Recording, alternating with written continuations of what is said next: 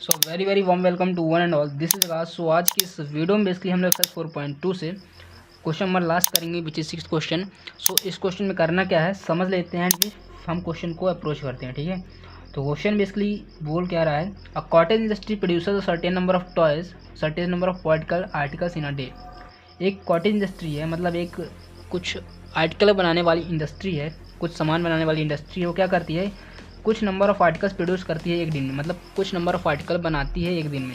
It was observed on a particular day that the cost of production of each article in rupees was, यहाँ तक पहले समझते हैं। एक दिन देखा गया कि जो एक आर्टिकल का कॉस्ट है ना वो क्या है रुपए में, 3 more than twice the number of articles produced on that day.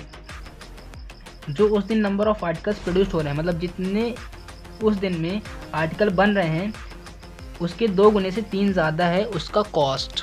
इसका कॉस्ट जितना भी आर्टिकल बन रहा है एक दिन में, ठीक है, उसके 2 गुने के, उसके ट्वाइस के 3 ज़्यादा है एक आर्टिकल का कॉस्ट। ठीक है, आई होप गाइस आप लोगों को समझ में आ गया होगा। एक बार फिर समझा देता हूँ। It was observed on a particular date that the cost of production of each article in rupees was 3 more than twice the number of articles produced on that day. मतलब एक दिन में जो भी, मतलब उस दिन में जो भी आर्टिकल प्रोड्यूस्ड हो रहा है उसके 2 गुने से 3 ज़्यादा है एक आर्टिकल का दाम। If the total cost of production on that day was 90 rupees, मतलब एक दिन का जो प्रोडक्शन होता है 90 रुपये का होता है।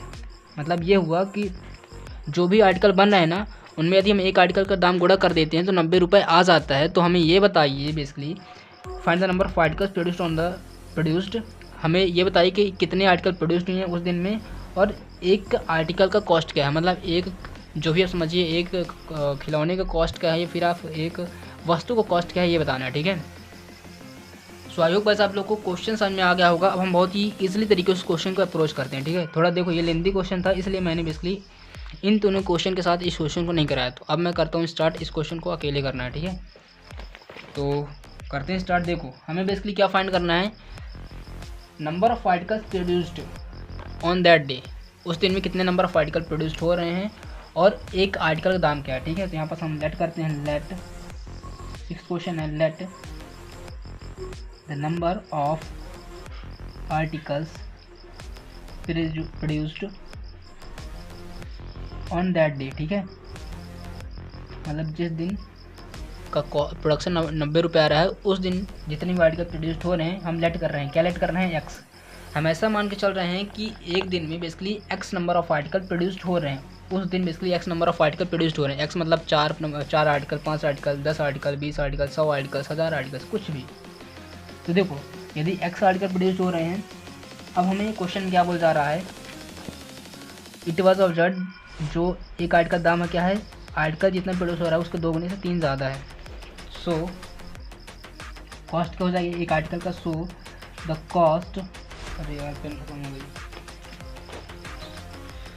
सो the cost of each article, हर एक आर्टिकल का कॉस्ट क्या हो जाएगा, मतलब हर एक आर्टिकल का दाम क्या हो जाएगा। So cost of each article, हर एक आर्टिकल का दाम बेसिकली क्या हो जाएगा।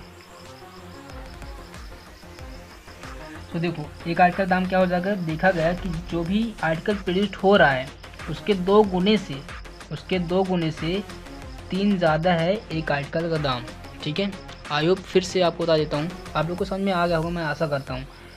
मैंने माना कि x number of article produce हो रहे हैं किसी एक दिन में, उसका दाम क्या होगा अकॉर्डिंग टू द क्वेश्चन, जितना भी आर्टिकल प्रोड्यूस हो रहा है एक दिन में उसके 2 गुने से 3 ज़्यादा हुआ। ठीक है, आई होप गाइस आप लोगों को इतना समझ में आ गया होगा।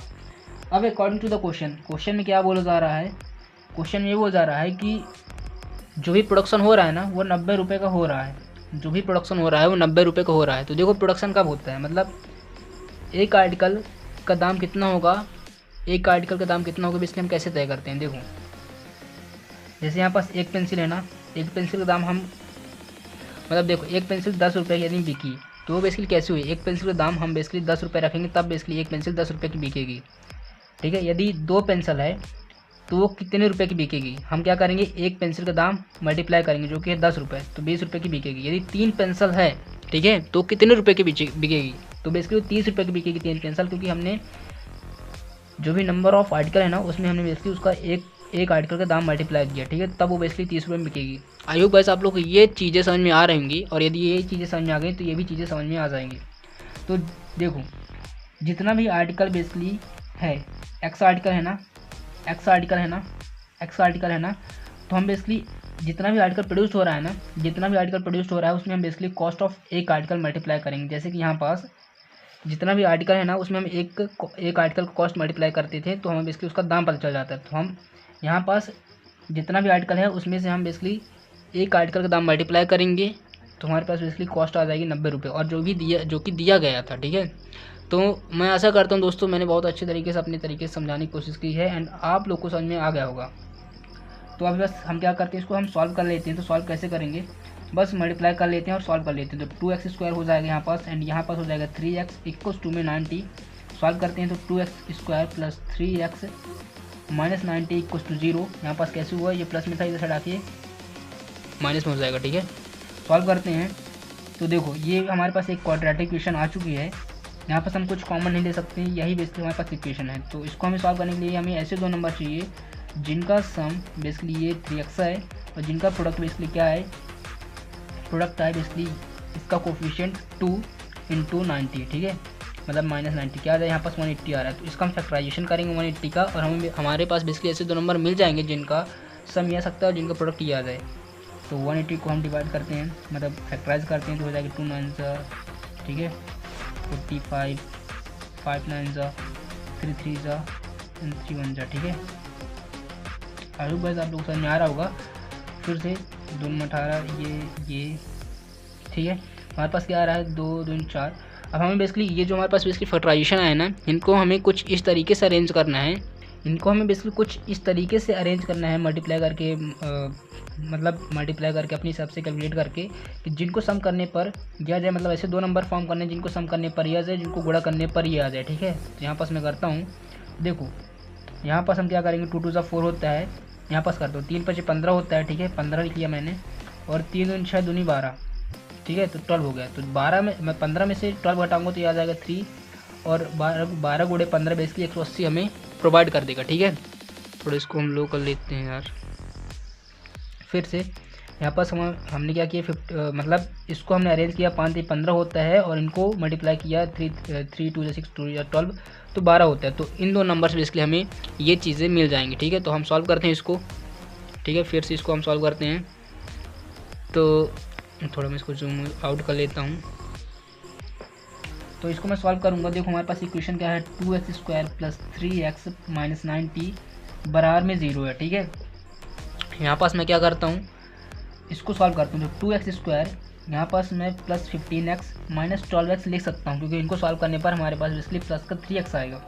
माइनस 90 बराबर में 0, यहाँ से हम जो चीज़ कॉमन ले सकते हैं, इन दोनों में से हम वो चीज़ कॉमन ले लेते हैं, तो हमारे पास बेसिकली कॉमन क्या आएगा, x आ जाएगा। यहाँ पास बचेगा 2x प्लस 15। ठीक है, 2x plus 15 as it is यहाँ पास लिख देंगे।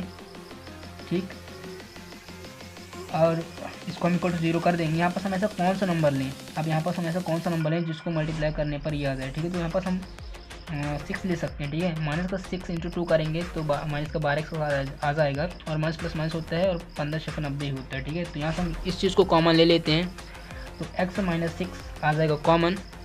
ठीक है गाइस, एंड इस चीज़ को कॉमन लेंगे तो हो जाएगा 2x प्लस 15 कॉमन और बराबर में 0। यहाँ से x माइनस 6 को हम अलग 0 की इक्वेट करेंगे, एंड 2x प्लस 15 को अलग 0 की इक्वेट करेंगे। यहाँ से x की वैल्यू आ जाएगी 6, यहाँ से x की वैल्यू आ जाएगी -15/2। तो देखो माइनस में बेसिकली आर्टिकल तो हो नहीं सकता, कुछ ना कुछ प्रोड्यूस्ड हुए ही होंगे, है ना। तो हम माइनस की साइन बेसिकली, मतलब माइनस में जो भी साइन है हम उस चीज़ को नहीं लेंगे।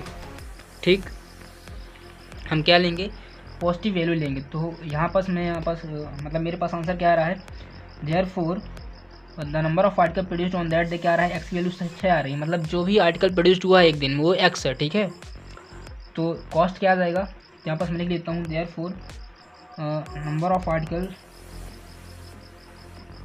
प्रोड्यूस्ड इक्वल्स टू 6, मतलब 6 आर्टिकल प्रोड्यूस हुए हैं और उनका दाम क्या आ रहा है, देखो ना दाम मैं लिख देता हूँ, एंड